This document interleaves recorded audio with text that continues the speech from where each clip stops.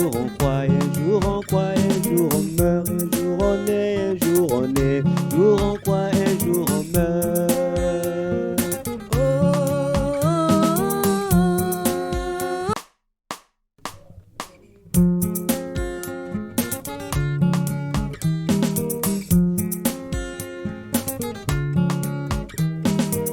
Un jour on est, un jour on croit, un jour on croit, un jour on meurt, un jour on est, jour on est, un jour on croit, un jour on meurt, un jour on est, jour on croit, un jour on croit, un jour on meurt, un jour on est, un jour on est, jour on croit, un jour on meurt.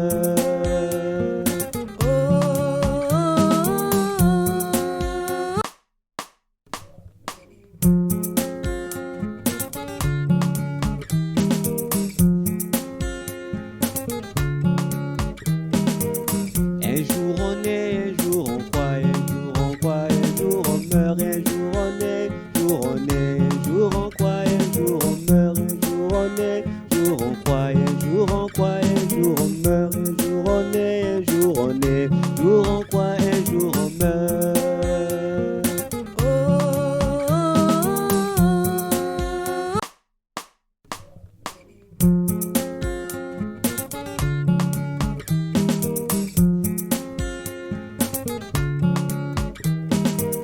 Un jour on est, un jour on croit, un jour on croit, un jour on meurt, un jour on est, jour on est, un jour on croit, un jour on meurt, un jour on est, jour on croit, un jour on croit, un jour on meurt, un jour on est, un jour on est, jour on croit, un jour on meurt.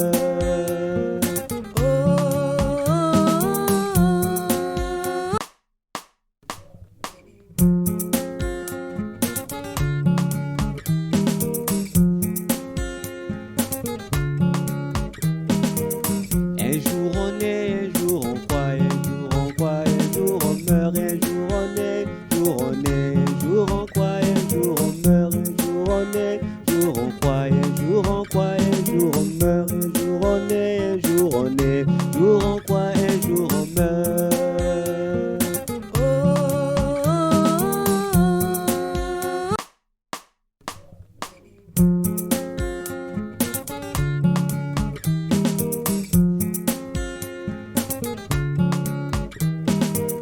Un jour on est, un jour on croit, un jour on croit, un jour on meurt, un jour on est, jour on est, un jour on croit, un jour on meurt, un jour on est, jour on croit, un jour on croit, un jour on meurt, un jour on est, un jour on est, jour on croit, un jour on meurt.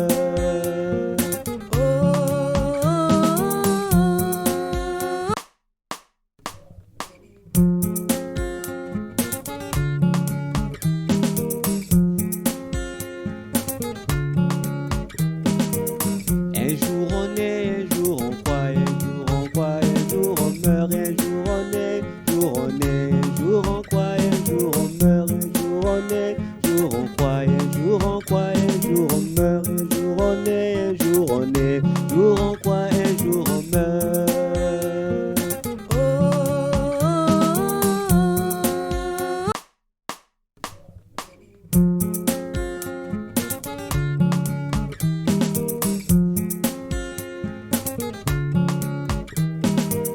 Un jour on est, un jour on croit, un jour on croit, un jour on meurt, un jour on est, jour on est, un jour on croit, un jour on meurt, un jour on est, jour on croit, un jour on croit, un jour on meurt, un jour on est, un jour on est, jour on croit, un jour on meurt.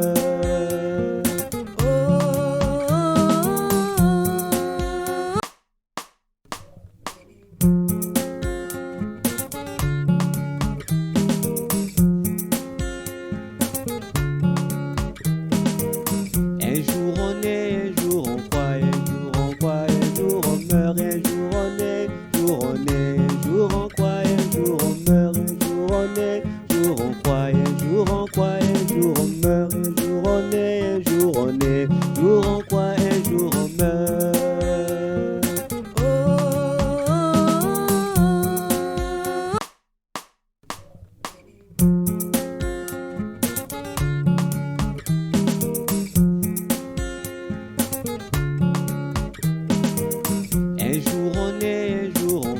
L'autre élément, on nous dit, après les deux soirs,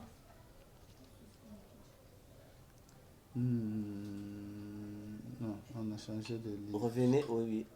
On Non, était est-ce que vous êtes en Apocalypse 12? Non, je suis dans Matthieu. Non, vous êtes en Luc. Revenez en Apocalypse 12. Non, Exode. Exode plutôt 12. On était... On a fini les deux soirs. On a fini les deux soirs. On était... Oui. Non, attendez. Non, revenez. On était... Le âpre était où? Voilà. Ok. Descendez. On était au verset 6. Donc on est au verset 7. Allez-y. Qu'est-ce qu'on dit? Verset 7. Entre les deux verbes, ok. Et ils prendront de son sang et le mettront sur les deux poteaux et sur le linteau de la porte des maisons où ils le mangeront. Donc les deux poteaux comme ça. Ok, comme ça. Et comme ça. Voilà. Tac, tac. Donc vous faites le cadre de la porte là. Vous mettez ça sur le cadre de la porte. Okay. C'est bon? Ça c'est 7. 8. Et ils en mangeront. Non, c'est bon. 7. On explique le verset 6. 7. 7, hein? D'accord. Le sang qui devait être mis sur les linteaux, là, le sang de l'animal. Or, lorsqu'ils appliquaient le sang de l'animal comme peinture sur les cadres de la porte, de leur porte, ça donnait une forme. La peinture là donnait un dessin. Tu as fait ça? Regardez la porte. Regardez la porte qui est là. Regardez la porte. Si vous appliquez là, tac, ça vous donne. La porte a combien de barres? 3. Voilà. Si vous appliquez, ça vous donne quelle forme? N. Voilà, je vous explique ça facilement. Oui, l'élément.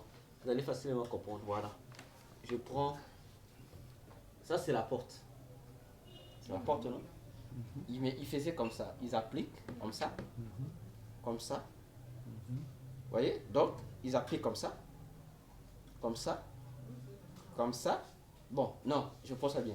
Ils appliquent comme ça. Ils font ça. Ils tirent. Pourquoi ils devraient tirer? Ils font ça. Je vous explique. Il met ça. Il coupe comme ça. Vous voyez, il fait comme la queue là. Ils font comme ça. Tac, tac. Et ils faisaient pour eux, ils ne savaient rien. Et ils faisaient seulement la commencé, ils n'en savaient rien. Et ils reproduisaient. Le pauvre d'eux. Ils n'en savaient rien. Ils n'en savaient absolument rien. Ceux qui savaient ce qui se passait, c'est nous. C'est nous l'église. Qui pouvait expliquer aux juifs l'explication du symbolisme ou du rituel qu'eux ils faisaient. Parce que c'est à nous les révélations. Oui. On va les leur expliquer pour qu'ils comprennent. Vous voyez, lorsqu'ils font ça, le cadre, après ils faisaient ça. Puis c'est la porte, non? Leur porte était comme ça. À l'époque, leur porte n'était pas comme nos portes là, c'était comme ça. C'est des portes comme ça. Donc ils appliquaient au coin de la porte là. Voilà, ils appliquaient ça, ils appliquaient comme ça. Et ça. Donc en fait, ce signe-là, lorsque l'ange de la mort est venu, il a vu le signe là. Quand on dit il a vu le sang, là. En fait c'est le signe. Donc le signe formé par le sang là, ce signe là, qu'il a vu là, je ne peux pas rentrer. Or, ce signe là, il existe. Dans les mathématiques. Il existe, dans les mathématiques, il existe. Chez les juifs aussi, il existe, ce signe-là. Et il signifie? Chez les juifs, ils appellent ça, je vais te donner ces deux significations. Chez les juifs, ils appellent ça, c'est dans l'alphabet juif. Dans l'alphabet juif, on appelle ça, bon, c'est même dans le peuple antique, hein, on appelle ça le T, l'ancien T. La lettre Tau, ils appellent ça le Tau. qui était un truc qui représentait la lettre T. Pourtant, ça n'a rien à voir avec T. Oh non, dans l'Antiquité, c'était T comme ça. Notre T là, c'est un T moderne. Ok. Dans la manière dont on écrit notre T actuel, dans l'ancien temps, c'était comme ça. Ça représentait, donc sa forme était comme la forme de la lettre T. Notre lettre T à nous d'aujourd'hui. Et ce symbole-là, dans l'ancien temps, dans le peuple antique, babylonien, juif, hébreu, romain, c'est ce signe-là qui est devenu le signe de l'actuelle croix. Et les juifs appellent ça le Tau ou le Tau.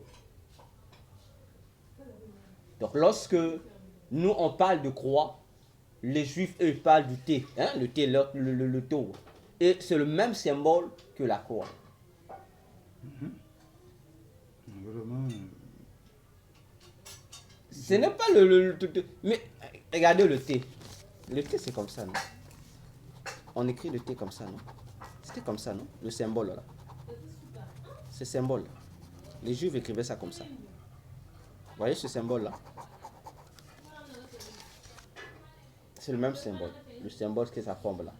Ça formait même. Avant c'était comme ça, on écrivait ça comme ça. Après ça a évolué, c'est comme ça. Après c'est devenu comme ça.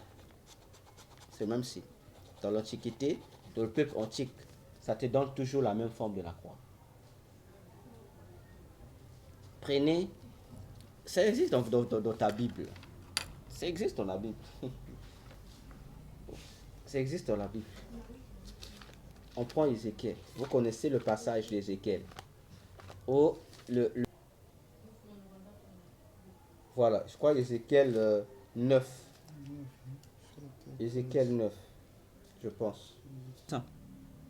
Ok, Ézéchiel 9, j'ai raison. Verset 4. Si vous prenez Ézéchiel verset 1 jusqu'à 6, vous allez voir ça. Alors la gloire de Dieu, j'étais déjà à 3. Oui. D'Israël s'éleva de dessus le chérubin sur lequel elle était et vint sur le seuil de la maison. L'enregistrement, tu n'as pas vu? Et il cria à l'homme qui était vêtu de lin et qui avait le cornet d'écrivain sur ses reins.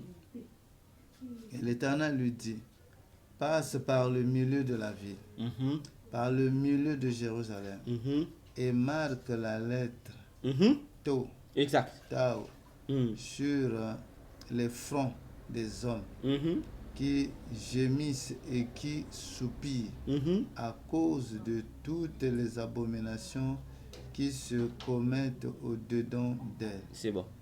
Vous voyez? Ce symbole-là, c'est ce symbole-là qui s'apparente à notre T français. Ils appellent ça la lettre Tau ou Tav. Ils appellent ça comme ça. Or, cette lettre-là, c'est la croix.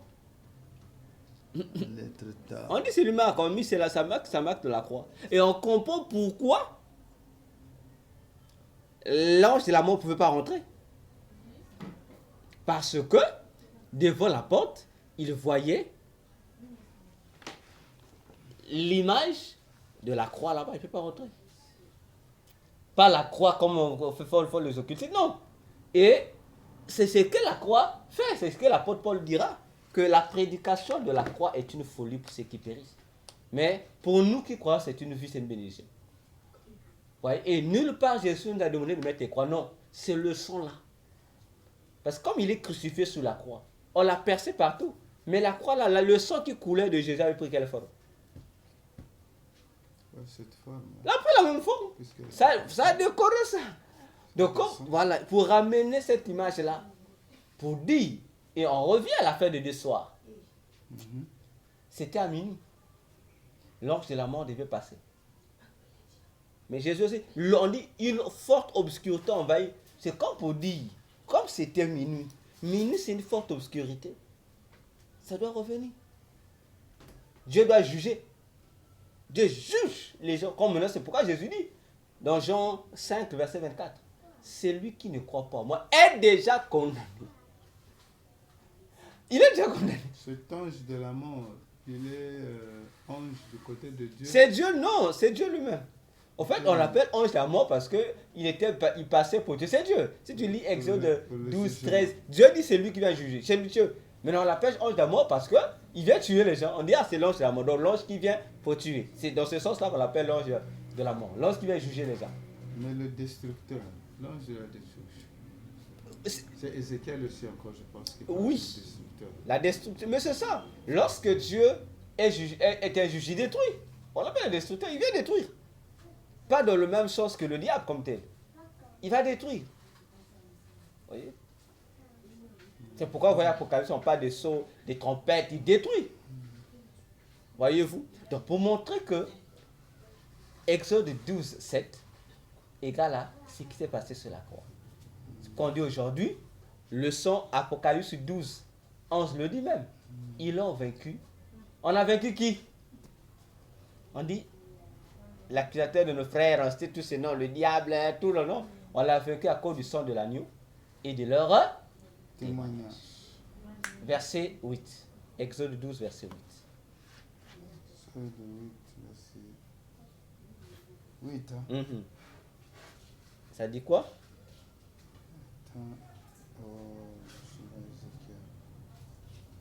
Exode 8, verset... Non, plutôt Exode 12. On est dans Exode 12. Verset 8. Exode 12. Verset 8. Verset 8. Oui. C'est la suite.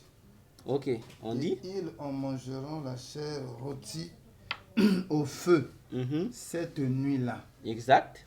Et ils la mangeront avec des pains sans levain et avec non, des doucement. herbes amères. Ils, on prend élément par élément. Mangeront la chair rôtie Ok. au feu. Ça, la crucifixion sous la croix. Exact. Au feu cette nuit-là. Et ils la mangeront avec des pains sans levain. Exact. Les pains sans levain, nous avons dit ici, c'est quoi? C'est la vie. La pureté de la vie. On l'a fait pure. La vie. C'est lui qui a le droit de manger la Pâque. Il doit être un être vivant. C'est-à-dire, c'est quelqu'un qui doit recevoir Jésus dans sa vie. Donc, c'est un sauvé. Okay. C'est pourquoi on a parlé tout à l'heure du pain. Le pain de la vie. Donc, ça veut dire qu'on parlait du pain de la vie lorsqu'on parlait des jours. Là. Tu dois être vivant. C'est pourquoi Dieu dit un pain, pas manger la Pâque. Donc, pour manger la Pâque, il faut d'abord être converti. Donc, autrement dit, c'est ce que Jésus a expliqué dans Luc 22. Il faut avoir une alliance avec lui. Tu as le droit de manger la Pâque. Or, celui qui a l'alliance avec Dieu, ça veut dire qu'il est passé de la mort à la vie. Donc, c'est le pain de la vie. En vertu de Matthieu 4,4 qui dit l'homme ne vivra non seulement de pain, c'est tout ce qui sort de la bouche. Donc, les pains sont levés ici, évoquent la vie que communique la parole de Dieu. Donc, vous comprenez ici que c'est comme si on nous disait la parole, le pain là, ça te donne, c'est comme on dit, la repentance. Tu as accepté la repentance, tu as droit à l'agneau. L'agneau va te procurer, mais va te délivrer, tout ça. Ah oui. Pourtant, ils ont mangé ce pain, mais ils sont morts dans le désert. Non, le pain qu'ils ont mangé dans le désert, c'est un autre pain. C'est la manne. C'est la manne. Et voilà, c'est un pain qui n'a pas de nom. Parce que même le mot manne, c'est une question. Ça veut seulement dire qu'est-ce que c'est. Dieu n'a jamais défini le mot si la manne, c'est ce que ça veut dire. Ils n'ont jamais su le pain qu'ils ont mangé, c'était quel type de pain. Ils n'ont jamais su ça. Ok. Et les herbes amères. Voilà. Les herbes amères, chez les Juifs, les Juifs appellent ça qu'on appelle ça, la représentation de toutes les souffrances qu'ils ont endurées en Égypte. Ok, ça je comprends. C'est ce que les Juifs, ils ajoutent à pour dire, donc Dieu dit que, au fait, vous mangez la Pâque tout en vous rappelant de la souffrance que vous avez vécue là-bas. Donc, d'un côté, vous avez la joie de la délivrance, mais souvenez-vous des souffrances. Exact. N'oubliez pas parce que voilà. C'est une école. C'est pourquoi dans la Bible, Jésus nous dit, quoique nous sommes des nouvelles créatures, mais on doit faire attention avec notre vie de passé. On doit se rappeler d'où nous avons été tirés. Voilà pourquoi toute la Bible, les apôtres ont rappelé. Vous qui étiez autrefois, maintenant, faites attention. De peur que vous soyez encore regagnés par l'ancien monde. Voilà pourquoi ils mangent des herbes amères. Maintenant, on revient sur Jésus. On va aller Jésus, l'église. On dit que les herbes, on en revient, le pain sans levain, on a expliqué. c'est Jésus. Oui. Il est agneau sur la croix. Jésus dit aux disciples dans Jean 6, ma chair, c'est le pain. Donc vous comprenez que lorsqu'ils sont en train de cuire là-bas, c'est un animal avec le pain sont levés parce qu'il est pur. Les herbes amères, c'est des souffrances endurées. Sur la croix, Jésus n'est pas seulement sur la croix comme ça. Il est flagellé, il est blessé. Les souffrances qu'on lui a fait subir là, c'est avec lui. C'est ça les herbes amères. Mais il est là, il supporte ça. Donc on explique d'abord avec Jésus. C'est ça. On retrouve ça sur la croix. Les herbes amères sont là. Il est dans les douleurs. C'est les herbes amères qui nous rappellent la souffrance qu'il a endurée. C'est pourquoi tout la Bible rappelle aussi. Il a souffert pour vous. Il était mort. Hein? Et l'autre élément. Ok. Non mangez rien à demi-cuit. Ah. Pour dire. Non, allez-y, votre phrase. Ni qui ait été bouilli dans l'eau, mais qu'il soit rôti au feu. Exact. C'est bon? Sa tête, ses jambes et ses entrailles. Ça s'arrête là le verset? Oui. D'accord. On précise, hein? Il doit être rôti au feu et non bouilli dans l'eau. Comme pour dire, on nous ramène dans le temple. Lorsqu'on amenait l'Holocauste, l'autel des reins devait consommer l'Holocauste. On dit qu'il ne faut pas bouillir, il faut rôtir. Donc il faut qu'il soit consumé par le feu. Autrement dit, l'animal doit être jugé, doit passer en jugement. Or, si vous bouillissez, ça veut dire que l'animal ne sera pas calciné par le feu. On dit qu'il doit bien être rôti. Et il y a un élément qu'ils ont ajouté là-bas. Reprenez. Pas demi-cuit. Ça veut dire que Jésus sur la croix là, il n'a pas été à moitié. La Bible déclare que voilà, tout son corps a été flagellé. Oui, ça veut dire qu'il n'y a plus de sang dans ça. C'est pourquoi on dit, Ésaïe dira, il n'avait ni beauté, ni éclat pour attirer nos regards. Chose encore qui va énerver les gens, qui ont dit que Jésus n'était pas beau. Parce que Ésaïe a dit qu'il n'était pas beau. Non, vous l'avez mal compris. Ésaïe parlait de cette séquence de la vie de Jésus. Il voyait ce qui se passait sur la croix. Il voyait comment Jésus était défiguré. Parce qu'il ne devait pas être défiguré à moitié. Donc il fallait que tout son corps subisse. D'ailleurs, le puissant me l'a dit. Et Jésus, pour dire qu'ils ont labouré mon dos. Donc il a été défiguré, Isaïe dit qu'il était méconnaissable. Tout a été flagellé. Tout son corps a été flagellé. Donc il était revenu, on pourrait dire, comme un monstre. Comme un voleur qu'on a tabassé à la manière congolaise. Donc on dit qu'il était donc tout et le corps et tout son être totalement défiguré. Ça veut dire qu'il faut le manger comme ça. Et c'est pourquoi maintenant, en faveur de l'église, on nous dit quoi? On doit manger l'agneau. Donc, autrement dit, on doit accepter Jésus dans sa totalité. Tu ne peux pas dire que je suis chrétien, mais je refuse les souffrances de Jésus. Non, ça n'a pas un sens. Tu peux pas dire, non, je crois que Jésus est fils de Dieu, je ne crois pas qu'il est Dieu. Non, tu as un problème. Tu ne dois pas le manger à demi-cuit. Donc, il doit bien être cuit, donc, comme tu vous l'avais dit. Donc, on doit retrouver le repas bien fait. Donc tu dois le manger au complet. Mais il y a un seul élément. Allons-y. Le verset suivant, c'est le verset 9. 10. Ok, le verset 10 dira. Et n'en laissez rien de reste jusqu'au matin. Exact. Mais s'il en reste quelque chose jusqu'au matin, vous le brûlerez au feu. Exact. 11. Non, on reste à 10.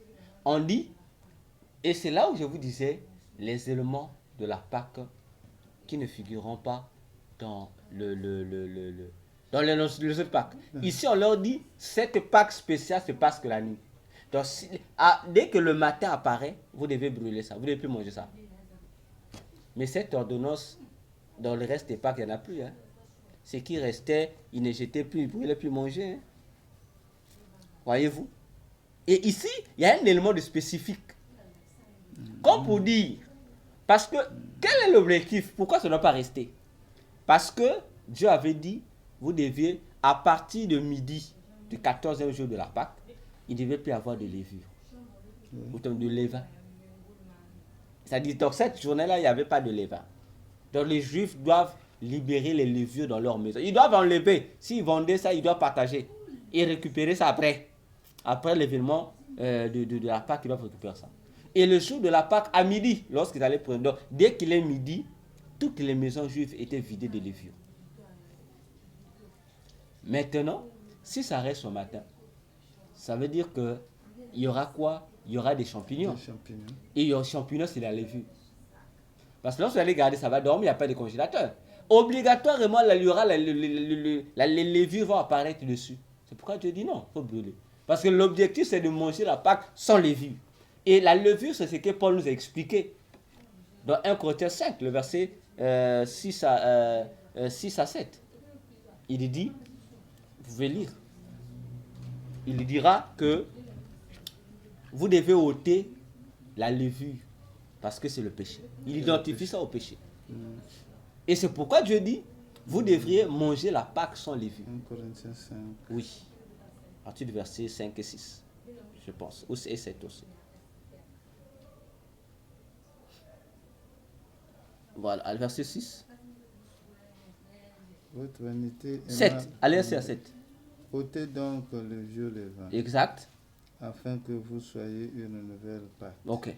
Comme vous êtes sans levain, car Christ, notre Pâque, a été sacrifié. Ah, voilà, vous êtes sans levain. Donc, ils identifient la levure comme le Pâque, c'est péché. l'animal. Oui, La Pâque, Jésus. c'est pas la fête. Non, la Pâque, c'est l'animal. La fête, c'est la cérémonie. C'est la cérémonie. Qui suit, en fait, c'est ça. C'est- La Pâque, c'est l'animal qui est appelé la Pâque. C'est un mot nouveau pour eux. C'est Dieu qui donne ça. C'est aux hommes. Dieu. Non, ça veut dire Pessah. Chez les Juifs, ils appellent ça Pessah. Pâques, c'est en France, bon, chez nous. Mais les Juifs Oui, appellent ça c'est vrai, Pessah. mais c'est Dieu lui-même qui donne ce nom-là. C'est un pas mot. les- Non, c'est une phrase. Pessah, c'est une phrase. Ça veut seulement dire en hébreu, passer au-dessus d'eux. Ou le passage au-dessus d'eux. En rapport au passage que l'ange de la mort devait faire passer au-dessus des maisons. C'est ce que ça veut dire le mot Pessah. Hein, c'est ce que ça veut dire. Donc, passer au-dessus d'eux. Le passage au-dessus d'eux. Ou littéralement, ça veut seulement dire le passage. C'est ça le mot Pâques. Le passage. Voyez-vous? Donc, du coup, on comprend pourquoi on ne devait pas garder ça jusqu'au matin. C'était symbolique pour... Dieu informait que si vous gardez le matin, ne mangez plus parce que si vous mangez la levure, vous êtes sorti des critères. C'est ça l'objectif. Donc Christ ne devait pas rester à la croix jusqu'à... Mais exactement, voilà pourquoi il est peint sans levain. Voilà pourquoi Jésus, la fête est prémisse le 15 et le 16. Non, le 15, c'était plutôt la fête des pains sans levain. Maintenant, c'est le 16, troisième fête, qui était la fête des prémices. Troisième fête. Troisième jour ressuscité. C'est cette fête-là. Il est le pain de vie qui est pur. Et le troisième jour, qui est la fête des prémices, où on devait présenter les premières gerbes au Seigneur, c'est la fête de la résurrection de Jésus. Il ressuscite pur. Là où Pierre dit, on ne pouvait pas, son corps ne pouvait pas connaître la pourriture. La putréfaction. Voilà. Parce que la putréfaction, c'est qu'on a putréfaction, ça veut dire qu'il y a eu pourriture, il y a eu la levure. Et ça ne doit pas compter la levure parce que c'est le pain sans levain. Il doit ressusciter avant que le corps ne... Voilà. Donc tout est correct. On respecte les 3 jours et tout est respecté. La suite. Verset 12. Car je passerai cette nuit-là par le pays d'Égypte. Et je frapperai tout premier-né au pays d'Égypte, depuis les hommes jusqu'au... On n'a pas sauté quelque chose ici? Non, là où on parle des souliers. Et vous mangerez, c'est après. Ok, donc sautez les parties là. Ça veut de lire ça. Non, c'est en haut. C'est en haut. Oui, c'est après les herbes amères. Donc, voilà, verset 11. Voilà, c'est là où nous sommes. Laissez au matin, verset 11. Verset 11. Vous le mangerez ainsi. Ok. Vos reins seront sains. Ok. Par quoi? Parce qu'ils s'apprêtent à effectuer un voyage, un pèlerinage. Donc, ils doivent ceindre leurs reins. C'est-à-dire, prendre leur ceinture. La ceinture doit bien être attachée parce qu'ils vont sortir de l'Égypte. ils vont sortir de l'Égypte, il doit avoir les reins sains pour préparer le voyage qui doit être fait. Parce qu'ils vont effectuer un voyage de pèlerin. Donc, ils doivent avoir les reins sains. Et qui ne sera pas facile ce voyage. Voilà. Donc, si les reins ne sont pas sains. Parce que si ça se détache, au fait, l'objectif, c'est quoi? Si ta ceinture se détache, automatiquement, ça te fait un retard. Oui, tu marcheras plus bien. Tu suivras plus le rythme. Or, le rythme ne dépend pas de votre marche, mais ça dépendra de la colonne de nuée et de feu qui vous dirige. Donc, il faut bien attacher. Or, la Bible nous dit que la ceinture, ça veut dire la vérité. Mais sur la croix, Jésus a dit, je suis le chemin, la vie. Avant la croix. Avant la croix. Et la vérité. Donc, il est la vérité. C'est pourquoi il dit en vérité, je vous le dis. Donc, sur la croix aussi, il y avait la ceinture. Il était saint. Il devait saint parce que c'est lui qui devait accomplir sa part. Il était saint. Il garde la vérité en lui. Voilà, il a la vérité en lui. Il ne faillit pas. Il garde. Voilà pourquoi Pilate lui pose la question. Et oh, toi, tu parles pas. Il dit, je te dis la vérité. Vous n'écoutez pas. Pilate dit, c'est quoi la vérité? La Bible dit, Jésus ne répondit pas. Il ne répondit pas. Parce qu'il dit, oh, je vous ai déjà montré tout, vous ne croyez pas. Je ne vous réponds pas. Il a la vérité avec lui. Il sait que le voyage, il est, comme on dit, donc la scène veut dire être prêt pour le voyage. Et il était prêt pour livrer sa vie. Il était d'accord. Donc, comme on dit, tu es d'accord avec ce qui va se passer. Il était d'accord. C'est pourquoi il disait toujours, Père, non pas ma volonté, que la sienne. Voilà, la suite. Là, on ne rentre pas dans l'église. Hein. On concorde seulement Jésus et Jésus. Vous aurez vos souliers à vos pieds. Exact. On dit souliers aux pieds. Or, les souliers et pieds évoquent, on dit couramment, l'évangile, la puissance de l'évangile. Attention. Jésus est crucifié nu. Hein. Pourtant. Il n'avait pas la ceinture. Hein. Il est nu. Il n'avait pas de son. Il est crucifié nu. Il était nu. Il n'a pas de sandales. Ok. Il avait quand même son slip. Il était, pas de slip, il était nu. La version de la couche qu'on fait là, c'est la version diabolique des catholiques qui font ça. Au fait, ils contredisent le message de Christ, non? Au fait, eux, ils viennent s'opposer. Ils contredisent, en fait, le message pour que le message ne sorte pas. Mais Adam est mort comment? Il avait des habits. Mais comment Adam, le premier Adam est mort nu? Mais le deuxième Adam, il avait des habits comment? Ça force la concordance. Ils ont mouru nu, maintenant. Eux, ils créent la couche. Ah non, il faut la couche là pour... En mettant la couche, comme on dit, vous avez ajouté, vous avez modifié la prophétie. Il dit que vous avez partagé mes vêtements. Voyez-vous? Or, les souliers aux pieds. Pourquoi les Juifs devaient avoir les pieds? Tout dans le cadre de la préparation au voyage. Parce que vous allez sortir, vous devez déjà être prêt. Donc, c'est-à-dire que, en sortant, vous devez... dans les souliers aux pieds, qui évoquent déjà le zèle de l'évangile. Or, autrement dit, l'évangile. Or, Jésus avait dit, il est la parole de Dieu. C'est lui, la parole de Dieu. Et il a dit à la foule, surtout dans Jean 6, on dit, quelle est la volonté de Dieu? Il dit, la volonté de Dieu, vous croyez en celui qui l'a envoyé. Celui qui l'a envoyé, c'est moi. Donc, il a ses souliers aux pieds. Même si physiquement, vous avez pris ses vêtements, ses souliers-là, lui, il a les souliers aux pieds. Les souliers que Jean-Baptiste a vus. Parce qu'il garde le témoignage de son père et... Il a les souliers. Il a les souliers aux pieds. Et Jean-Baptiste a dit, ah, mais je peux pas délaisser ces souliers. Il a les souliers aux pieds. On va arriver. Il a les souliers aux pieds. Et mais on va l'enlever le soulier. Ok. Mais il est là sur la croix avec ses souliers, mais après on va l'enlever le soulier.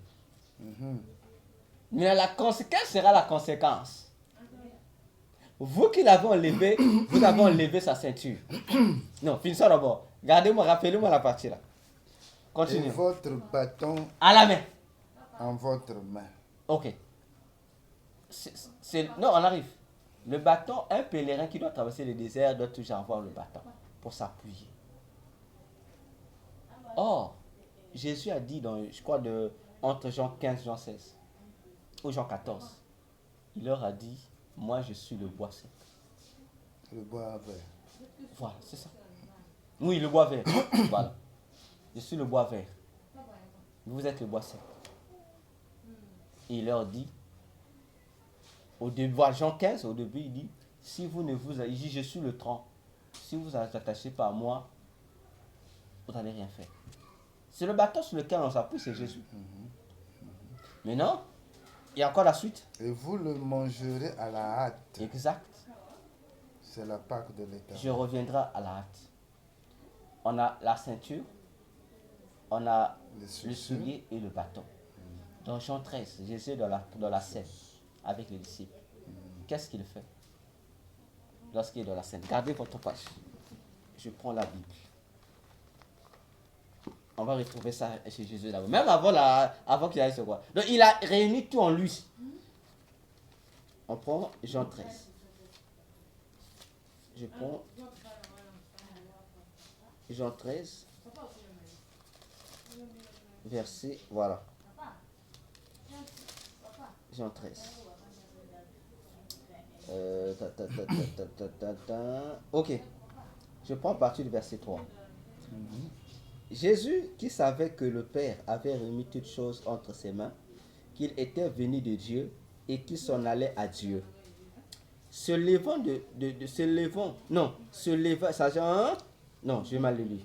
Qu'il était venu de Dieu et qu'il s'en allait à Dieu, se leva de table, ôta ses vêtements et prit un linge dont il se ceignit. On retrouve le mot Ça. il se ceint. Pourquoi faire?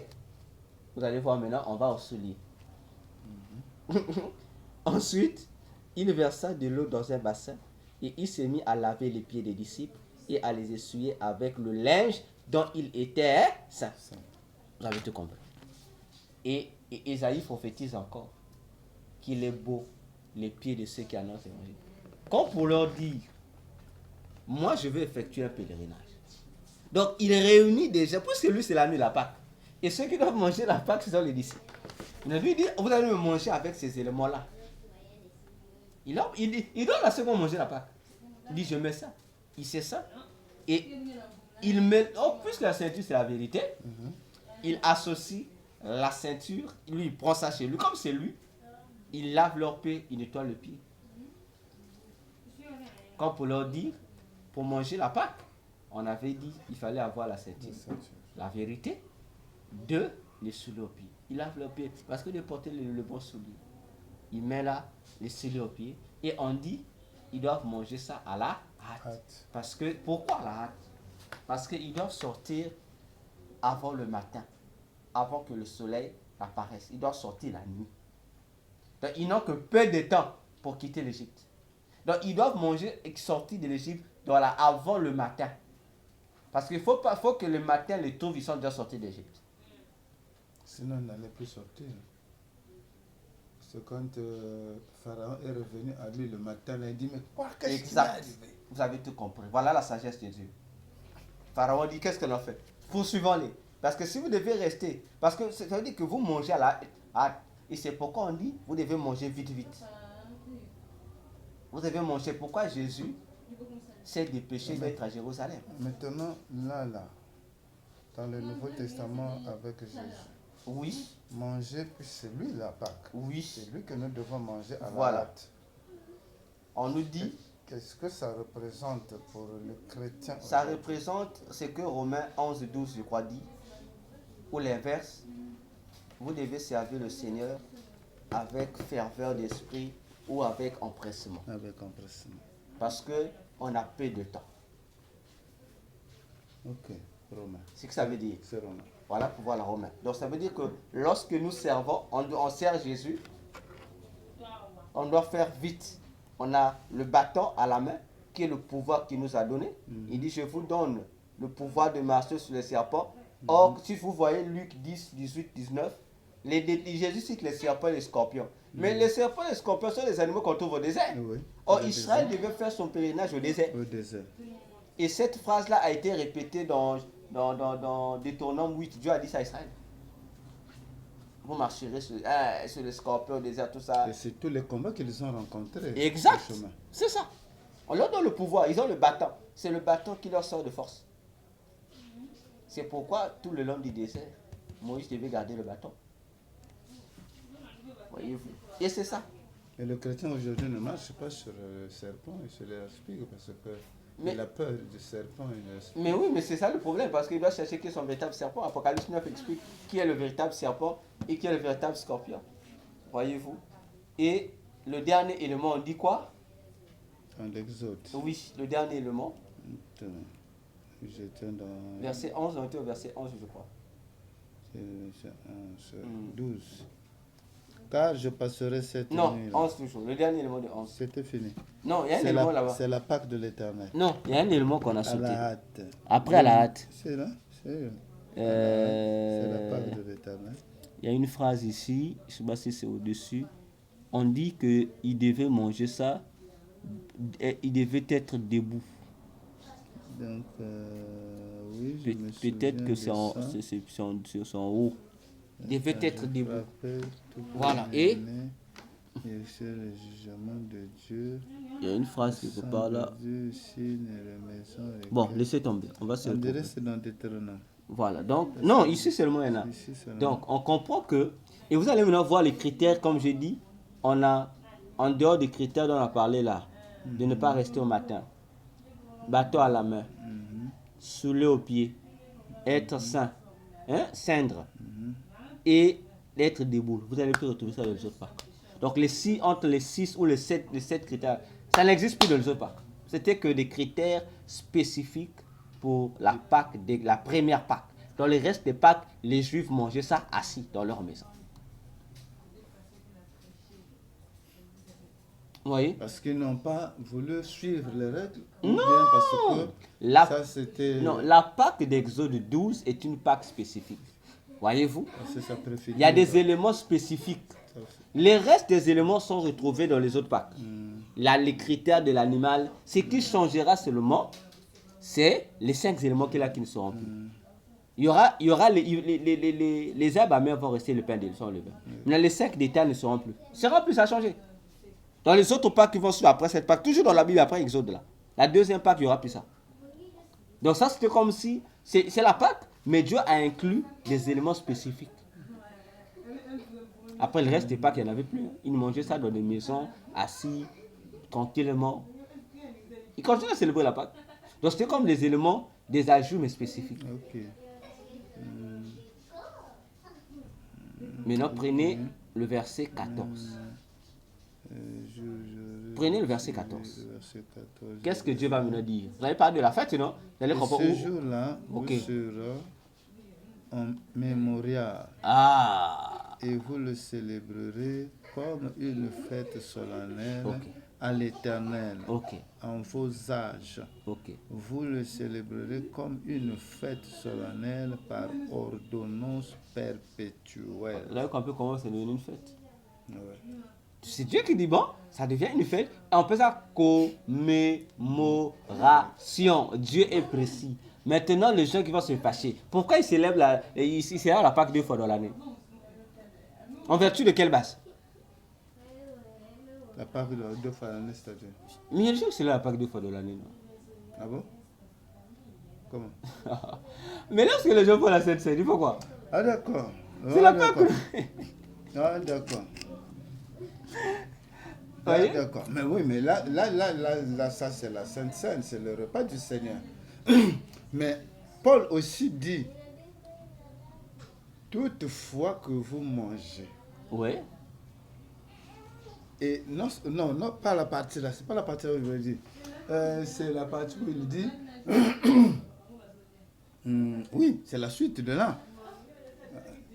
Quand vous mangez, quand vous partagez la table du Seigneur de vous, donc ça se faisait comme si, de manière répétée. Mais c'est comme Dieu a dit ici. Mais pas annuellement. C'est annuellement. C'est une commémoration. Jésus lui-même, le jour où il parle de ça, il appelle ça comment? Dans Luc 2, il dit c'est ma Pâque. Il dit j'ai désiré vivement célébrer cette Pâque avec vous. Ok. Il appelle ça Pâque. Vous ferez ceci en mémoire de moi. Non, même pas encore là-bas. Ok. Jésus appelle ce que vous et moi on appelle Sainte Seine. Ouais. Jésus appelle ça, il dit ça Pâque. C'est sa Pâque. Oui. Donc pour Jésus, ce qu'il fait là n'a pas de différence avec ce que les Juifs vont faire. Il appelle ça Pâque. Et dans sa Pâque à lui, il y a une chose qui trompe les gens dans la Pâque. Ouais. C'est que il y a l'agneau de la Pâque et le repas de la Pâque. C'est pas pareil. Ouais. Voyez-vous? Parce que les Juifs, lorsqu'ils fêtaient la Pâque, l'agneau de la Pâque, c'est les critères de l'animal. De l'animal. À côté, il y avait un repas qui était là. C'est la chose que les gens ne comprennent pas.